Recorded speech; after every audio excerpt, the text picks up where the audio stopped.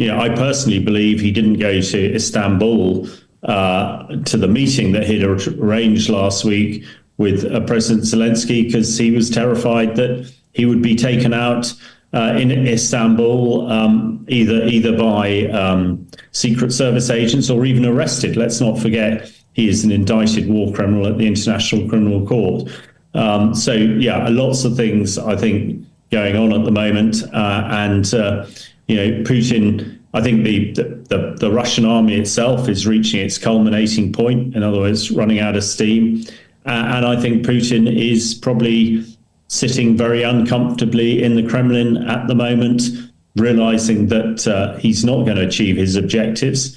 The population are realizing, quite what a devastating thing he's done to the Russian country and the Russian people.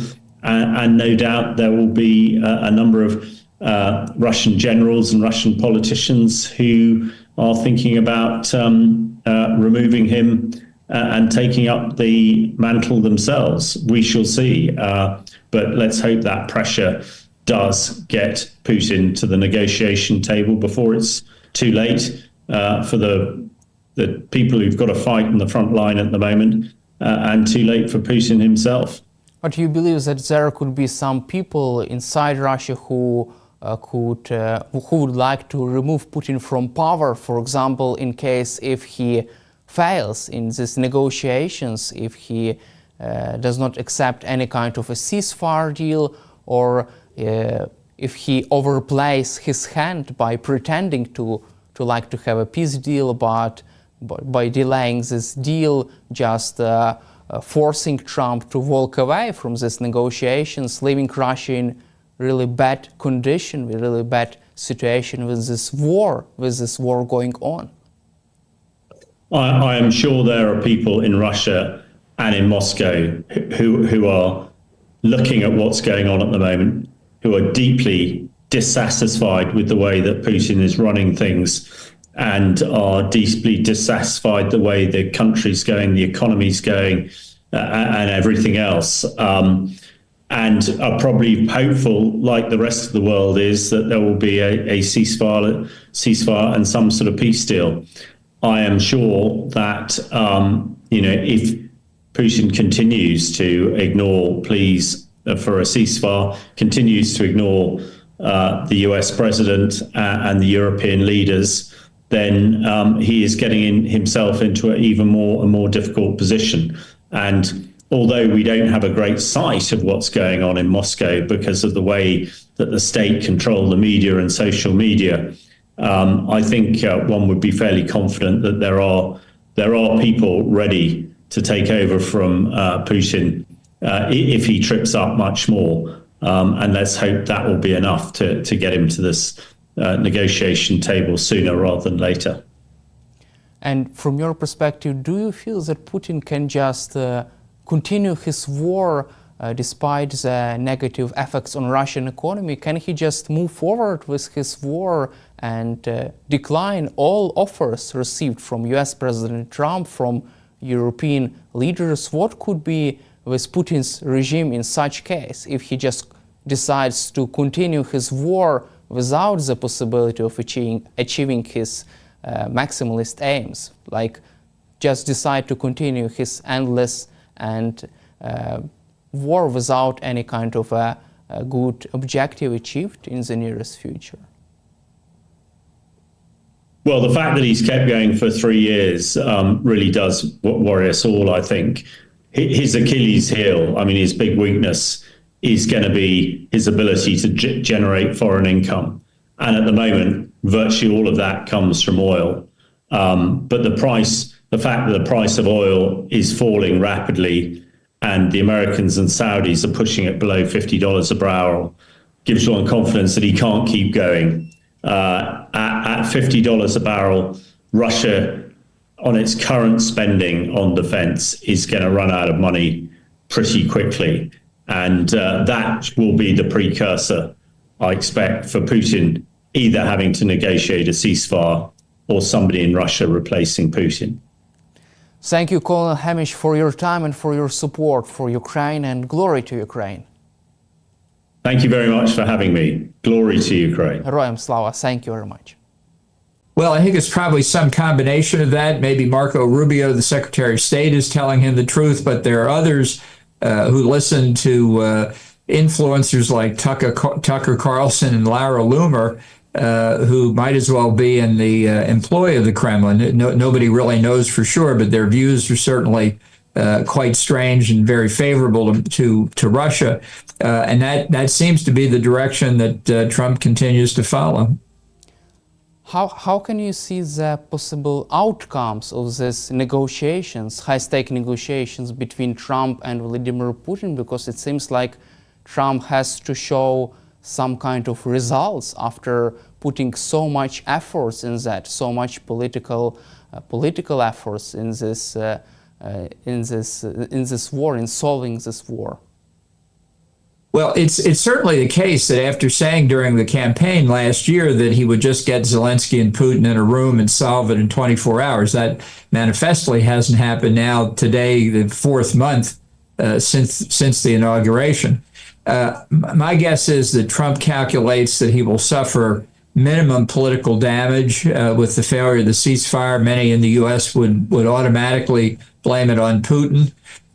And the real question remains, will Trump continue or perhaps even increase the supply of military assistance to Ukraine? It's one thing to walk away from the ceasefire talks. It's another thing to walk away from the assistance. Trump hasn't said anything definitively one way or the other. Hopefully, Congress, which still contains many members very supportive of Ukraine, will appropriate some more funds and Trump won't stand in their way. And also, do you feel that Trump's national security team is trying to persuade him to allow Ukraine to receive weapons from the United States, to continue military support for Ukraine? I think they're divided internally within the administration. My guess is that Rubio does support additional assistance. But again, Vice President Vance has said as far back as the 2022 Senate campaign in Ohio, when he was elected, he didn't really care what happened in Ukraine. And that's obviously a very dangerous attitude to be that close to the president. You just mentioned about the J.D. Vance. Recently he said, quote, "Putin doesn't seem to quite know how to get out of the war." Is he right? No, I think Putin knows exactly what he's doing. He doesn't want to get out of the war. I could see a lot of reasons why Russians might say, we need a ceasefire. Our army has been chewed up. Much of our Black Sea fleet is now on the floor of the Black Sea, thanks to Ukraine. Maybe we can get out of some of these economic sanctions and actually make much more money on our sales of international oil. All of that, to me, would argue from Russia's own point of view that they should want a ceasefire. But if those arguments are being made internally at the Kremlin, they obviously have not yet persuaded Putin. So if he's doing what he wants, he may be right or wrong from Russia's point of view, but I think Putin at this point thinks he's on the course that he should be on. Also, during negotiations last week in Istanbul, Russia has made unrealistic demands to the Ukrainian delegation. They demanded from Ukraine to withdraw its troops from 4 Ukrainian regions which are not fully occupied by the Russian side. From your perspective, is there any chance that Russia could make a compromise? Do you see this as a starting point for negotiations, or Russia's position which will not be changed? I think the Kremlin knows they're not going to have that demand met, that the best they can do in the near term on a ceasefire is something along the existing battlefront, that you freeze the forces in place, that becomes the ceasefire line. So I suspect that making this more extravagant claim on all 4 of the provinces that they think should be Russian, that it's for domestic political purposes in Russia, but also to be used as a bargaining chip to get something else. I think what Putin is also interested in is redeployment of some NATO forces on Russia's flanks, maybe from the Baltics, maybe from Eastern Europe countries, NATO members. I don't think he should get that either, and I doubt that he will. But in his mind, the redeployment of NATO forces is important because it affects Russia's defensive posture. We see reports even today in the United States of buildup along the border with Finland. So I think Putin's got the big picture in mind here, again, from his perspective in Moscow, as part of this exercise to try and recreate the Russian Empire. Do you expect any kind of a breakthrough in negotiations until the end of this year? And do you expect Trump to reach a ceasefire deal, to have any kind of success in that? My best prediction at this point is Trump's going to back away from trying to negotiate a ceasefire. Perhaps something could change, a dramatic, unexpected development on the battlefield, or a decision by Trump to cease weapons assistance and other military assistance to Ukraine, which I think would be a huge mistake. But I think from Ukraine's perspective, that the government should be talking with European members of NATO against the contingency that Trump guts off support, to see if the Europeans can live up to their rhetoric and make up for any downturn. If Donald Trump walks away from negotiations, from your perspective, will the US continue to provide Ukraine with military aid? Well, I certainly hope so. And as I mentioned, I do think there's considerable support to continue, or in some cases increase, the military aid in Congress. We just want to be sure Trump doesn't veto it or doesn't encourage opponents of the military aid to be more active. If he simply says he'll continue the status quo in terms of weapons and ammunition and other military assistance, that would be satisfactory. It still means I think the Europeans are going to have to do more through the period through December 31st.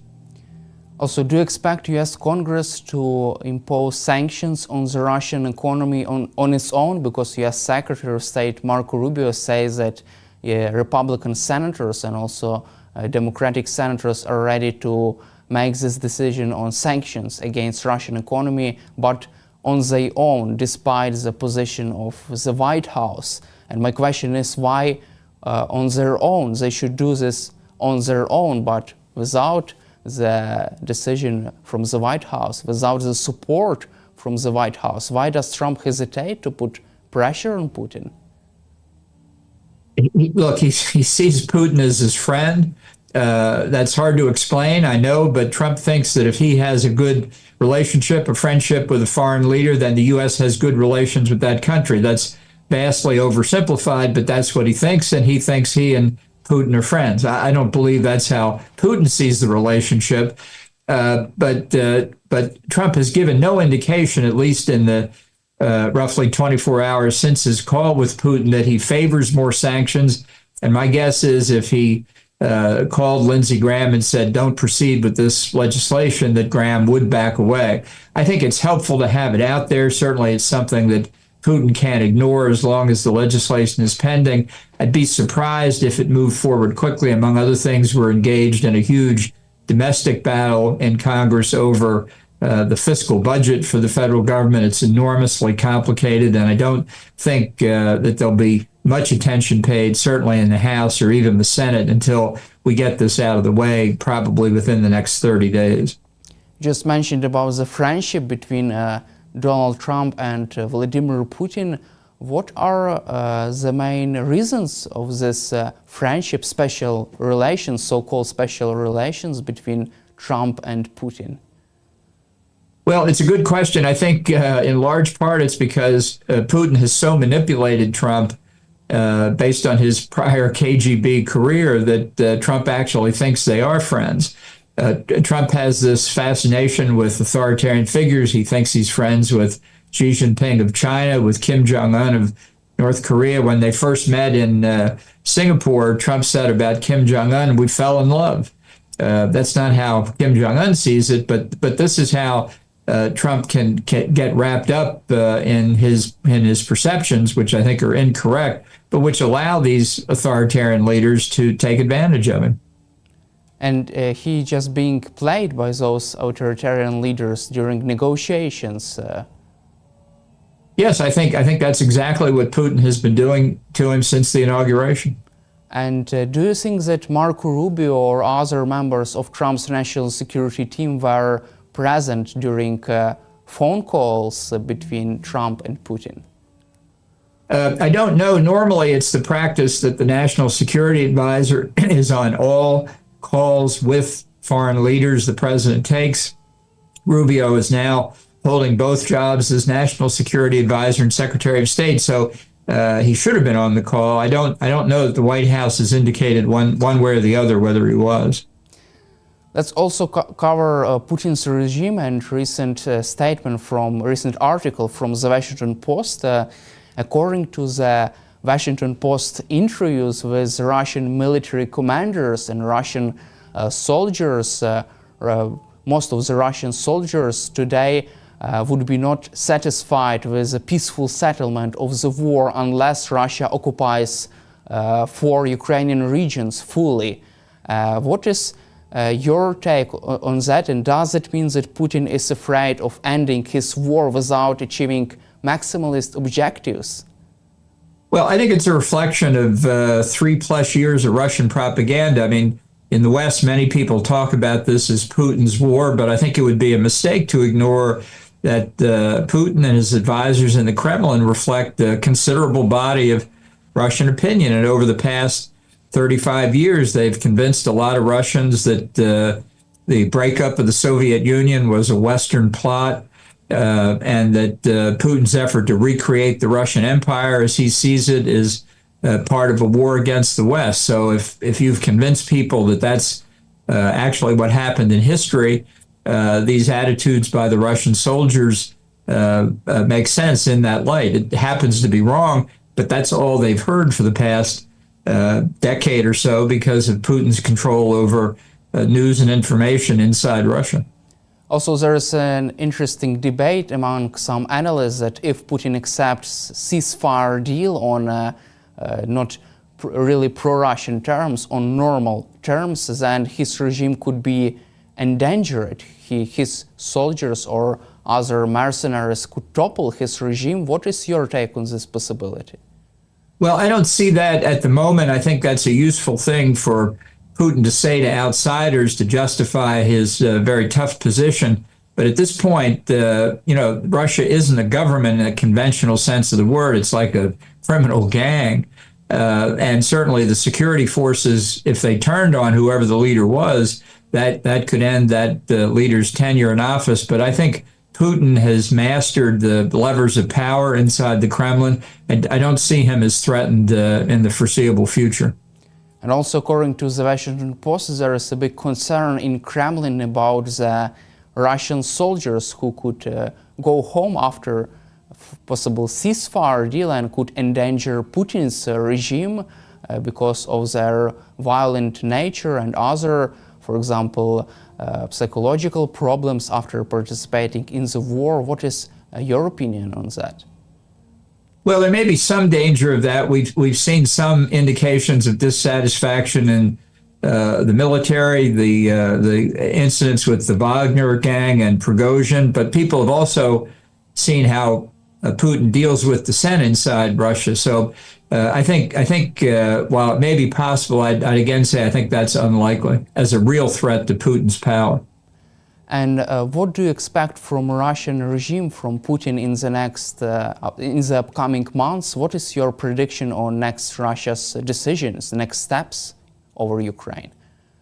I think the best prediction you can make is that he will simply step up the pressure, hope for a breakthrough somewhere. They certainly haven't demonstrated any creative strategy since the original invasion, which failed on a number of fronts because of Ukrainian resistance. So despite the enormous human and material cost of the way the Russians conduct the war, my best guess is we'll just see more of the same. And many military analysts believe that Russian army cannot fully occupy 4 Ukrainian regions. They can't cross the Dnieper River, capture the city of Kherson, the city of Zaporizhia.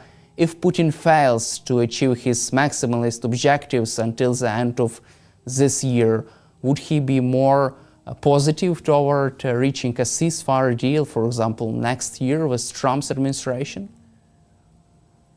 Well, tomorrow is another day. Who knows? Next year it's possible, but I think at this point Putin is optimistic. I think unrealistically so, but that's why he wants to continue the battle. And I think now, after yesterday's phone call with Trump, I think he has a free hand, at least from Trump's point of view. But do you see a ceasefire deal as first possible outcome of this war? Do you see this as Putin's next objectives after trying to capture more Ukrainian land? Could he consider this option? Well, if he gets substantially more land, which is why I don't think the ceasefire is actually in Ukraine's interest. I don't think you want to be negotiating while the Russian troops are moving forward, however slowly it is. And yet that seems to be where we are on the battlefield today. Thank you, Ambassador Bolton, for your time and for your support for Ukraine, and glory to Ukraine. Well, thanks very much for having me.